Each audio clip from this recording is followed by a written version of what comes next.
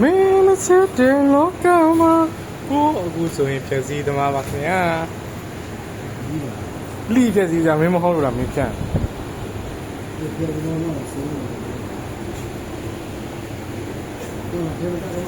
ထမင်းထလားငါလာထဲပြီခဏမသိဘူးလေထမင်းထလားခဏတည်းငါပြန်လာအဲ့မှာပဲရှိရရှိပါတယ်သူနေမှာပဲ